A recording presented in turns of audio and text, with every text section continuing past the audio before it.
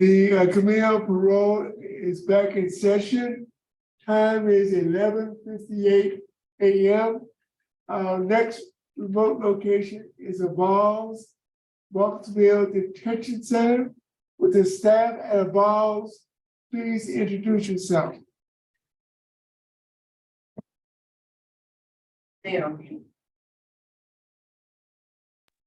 Officer, there we go. Robert Eric. With the officer, please introduce yourself. Wayne Mitchell. Thank you, Officer Mitchell. Mr. Moses, good morning. Good morning. Would you please give us your full name and your Department of Corrections ID? Yes, sir. It's Robert Eric Moses, and my DOC number is 713-565. Thank you, Mr. Moses. My name is Alvin Roche. Yes, Ms. Bonnie Jackson is to my left, and Mr. Pete Freeman is to my right. yes, sir. We here parole hearing. Let me explain the process. I'm going to enter some information into the record. We're going to verify the information. Then we're going to get the staff at a Balls chance to make comments if they wish. And at the very end, before we vote, we'll give you a chance to make a brief statement on why we should you. Do you understand the process? Yes, sir, I do. Mr. Moses, you are a second felony offender. You are currently 53 years old, Yes, sir. and your offense is cardinal knowledge of a juvenile. You were originally sentenced on April 9th, 2020, and then you were revoked. Am I correct? Yes, sir. For the possession of drugs? No, sir. I was revoked because I went by somebody's house. I had a monitor on me, and I went by somebody's house to pick somebody up, and the person I went by the house I was told not to go back. But my record shows that you had a technical multiple violation with possession of drugs. No, sir. I talked to the PO about that, and he said the POSS was positive for drugs. Upon being incarcerated, I tested positive. And you were revoked on April 14th, 2022. Is that correct? Yes, sir. And you got a 10-year sentence for the cardinal knowledge. Is that correct? Yes, sir. Your parole date was March 29th, 2023. You don't receive good time, and your full-term date is March 29th, 2028. Is that information correct? Yes, sir. Your case has been assigned to Mr. Freeman. Would you please answer Mr. Freeman's question? Yes, sir. Okay, Mr. Moses, how long have you been in prison on this charge? I was incarcerated back in 2016, and so far I did 4 years. I got out with 5 years paper, and I caught a technical violations, which they revoked me for the techs. And I've been incarcerated since March the 29th of last year. So you've done approximately 5 years of a 10-year sentence. Yes, sir. What's your educational level? 9th grade. Okay, have you ever tried to get your GED? Yes, sir, but I read everything backwards. You know, and I wasn't very good with the math, so. Okay, but tell me what was going on between you and Rainbow. Back in 2016, I met this young lady at a bar with her girlfriend. Me and my buddy was there. Turned around, he went home with her friend, and I ended up going home with her. She come up on her, what I thought was her 20th birthday. I got her gifts for her birthday, and she started crying. And she, well, of course, I was like, well, you ain't got to cry, you ain't got to cry. And she was like, well, I lied to you. And the first thing I thought to myself, this has been, we were together 5 months.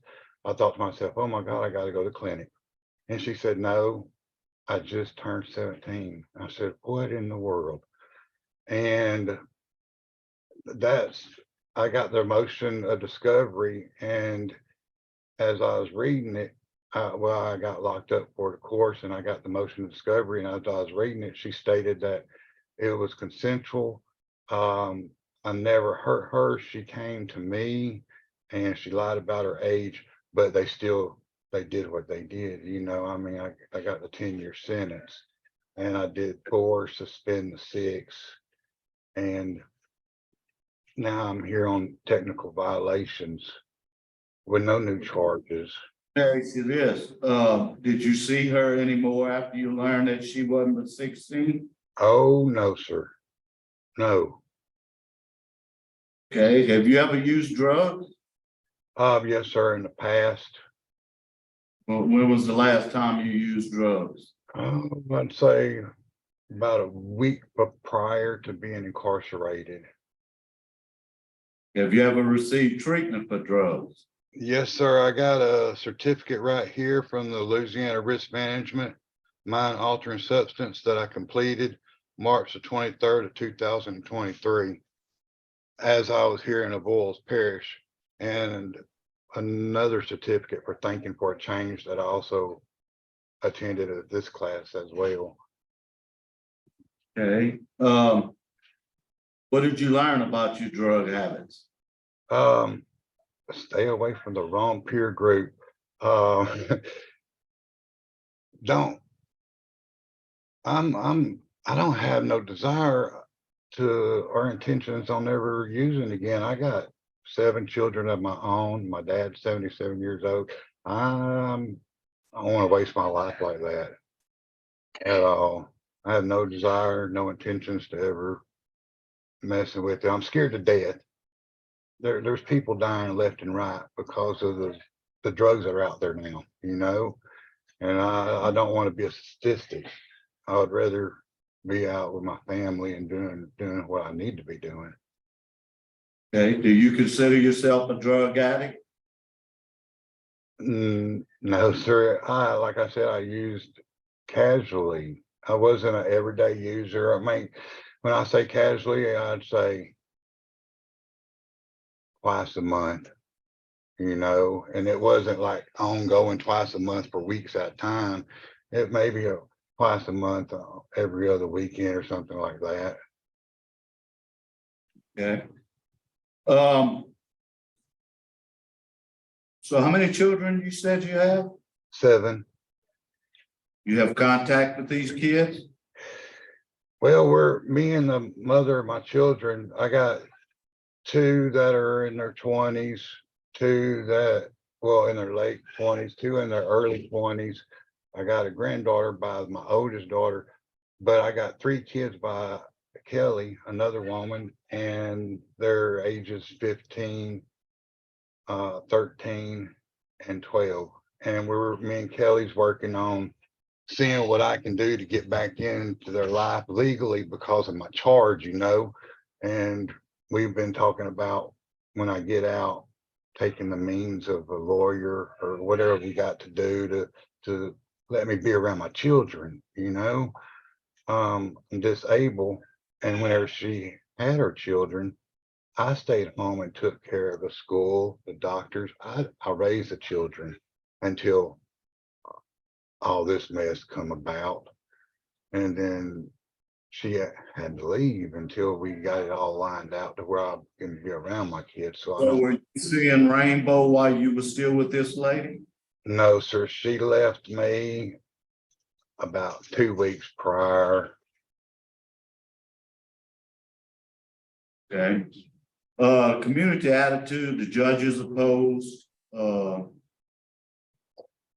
district attorney is opposed, the sheriff is opposed, Charles Moses. Your father is unopposed. He lives in Texas. Yes, sir. He helped what he could do for you. Yes, sir. And the victim is strongly opposed. Of course. Yeah. Yes, sir. What you mean, of course, I mean. Because I got 4 daughters myself, like I said, and I would feel the same way, you know. Okay. You have a pretty lengthy criminal history. Some violent offenses, a lot of remaining after being forbidden. You had a weapon on you in 2004. What was that about? Oh, for my birthday, I got a straight razor because I'm always interested in getting a straight razor cut. And somebody gave me a straight razor, and it was in my car. And I was sitting at a stop sign texting somebody, and the police drove by and turned around and came back. And of course, they searched me and searched my vehicle and found that straight razor in it. And they didn't confiscate it. They told me just to put it up, you know. Okay. Actually, this. What about in 2012, cruelty to juveniles, 2 counts? What was that about? Well, me and Kelly got into an argument, and the kids were under the same roof. And she ended up going and talking to her dad, and her dad pushed the issue of, oh, put a restraining order on him and everything. And he kind of directed her into the path. And then because of our 3 children under the same roof, that's what I ended up with. But that was dismissed. I know, I'm looking at it. Yes, sir. It didn't happen. You also were arrested in 2015 for stalking. What was that about?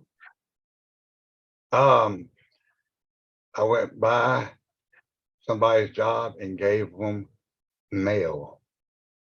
And they were working at Walmart. There was a restraining order, but What was the restraining order for? Arguing an argument. She put a restraining order via like her daddy. That's what I was telling you. Their daddy directed her into all this. And I went by because she still had mail coming to the house. Electricity still on in her name, matter of fact. That's the one that I was telling you that we got the 3 children, and we've been talking and trying to get everything together. We was gonna get married. And well, I went by Walmart, gave her mail, and one of the Walmart employees seen me at Walmart. I wasn't allowed at her job, okay? And they called the officers, and they came out, and they said that Why would you go somewhere you're not allowed? sir? Why did you go somewhere you knew you wasn't allowed?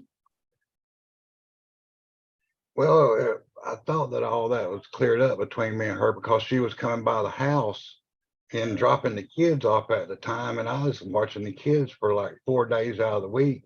And to my recollection, what I thought was if she put the restraining order and then turned around and she came and broke the restraining order by doing so, leaving the kids with me for 4 days out of the week, her keeping them for 3, then that was broke. I didn't understand that it wasn't, you know. And I was still going by our job, and we was having lunch and everything together. And one day I just brought her mail, and one of the employees seen me out by her vehicle and ended up calling the laws, and they showed up and ended up with that charge. They told they told Miss Kelly to go to her house and get the restraining order, and they let her off of Walmart. She never came back with it. Let me ask you this. I'm looking at the victim's comments, and she says that after you were placed on probation, you would come to her job and try to talk to her, and that affected her ability to maintain employment. She also said, she went to several years of therapy, been diagnosed bipolar and has recently been taking medication for high anxiety. Who is this? This is a victim, Miss Rainbow? Linda Bottoms. Oh, the grandmother. That's the grandmother of Miss Rainbow. I have, all right. I think the statements from Miss Rainbow, though. Okay, well, whenever I got out in 2018, I went and took my car to the Chevy dealership. And as I was waiting, Got a reason for everything, huh?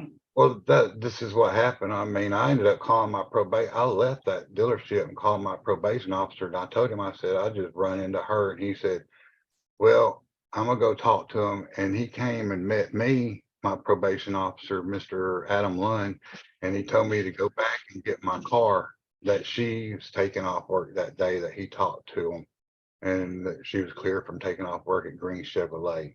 So I went back to Green Chevrolet and picked my car up after it was worked on and went home. Okay. What is gonna be your transition plan? Where you gonna live? Where you gonna work? All right. I'm gonna live where I've been living for the last 16 years at 4437 Highway 27 in DeRidder, Louisiana. My dad's been paying my rent since I've been incarcerated this time. He's been paying it for the last 14 months. So I have a home. There's this place in Leesville, Louisiana called Champions Mobile Home Manufacturer. And Mr. Steve was talking about making me an electrician supervisor out there. And so that's what I want to do is go to work and take the load off my dad and paying my rent, paying my insurance on my car he's still paying, and get things straight with Miss Kelly so I can be around our 3 children and help support and love them and raise them, you know? What's gonna be your sobriety plan? How you gonna stay away from drugs? That's going to be the good Lord church. I guess I'm not really gonna be messing with nobody except family members. I don't care too much. All the people that quote unquote were my friends, none of them has contacted me, put money on my books. They're not there. They were not friends, or else they wouldn't have been giving me drugs or selling me drugs to begin with. That's not a friend. And so I want to, like, my dad's 77, I'm 53. I'm gonna spend time with my family and focus on work and getting the rights to be with my children. So me and Miss Mills could get married and raise our children together. Since I've been locked up, little Brittany, our daughter, has been on anxiety meds. She just got put on, I found out. And Ms. Mills moved out of Beauregard Parish and took the kids and moved to Sabine Parish, which my probation officer said that he would think it would be a good idea if I relocated out of Beauregard, that I'd have to start off there, but in a long run move. And me and Kelly's been talking about it. She's got a house out there. She's paying $800 a month for, working at Walmart by herself. And I know that I could, that's my family. Yeah, you know. Go to the same church as Miss Bottoms? Oh, I no, mean, no, so sir. you never talked to her at church or never seen her at church? Oh, well, I don't go to that church no more after that incident. I don't go to Grace Church. I have been shopping and seen her come down the aisle, and I just turn around and go the other way. That's part of I'm not allowed to talk to them people. I'm not allowed to talk to them, you know? Okay, Lauren, you have any comments? Yes, sir. Well, he's been here like 109 days. He ain't got no write-ups, ain't no trouble over here. He never gave us no problems. That's about all I know of him. Thank you, sir. Yes, sir. Ms. Jackson. No, thank you. Ma'am. Mr. Moses, would you like to make a brief statement before we vote? If I am placed on parole, I'd like to, I know I can complete it successfully because my focus is on my family and my children. And I just want to be able to be with my family and my children and get it. I want to get this behind me and start a new life and not this life over with, you know. Like I said, raise and support my children, marry Kelly, and spend in the long run, move out of Boulevard and into Manny and Sabine Parish and help help her raise my kids and spend time with my dad. He's been there for me, paying my rent, my insurance on my car and stuff. And he's 77, retired. I don't want, if I don't make parole, I know that he's still going to be paying the rent at that address until I get out. So I have a home to go to, you know, and I'm just go to work, take care of my family, see what I can do about being in my kids' lives and take this burden off my dad, you know. I've been praying, find a good church home. The world's not getting any better. And man, I see on the news all the time there's gun violence, and I don't want my kids to end up going down the path I went down or end up shot or taking fentanyl. You know what I'm saying? I want to be there for my children and my family.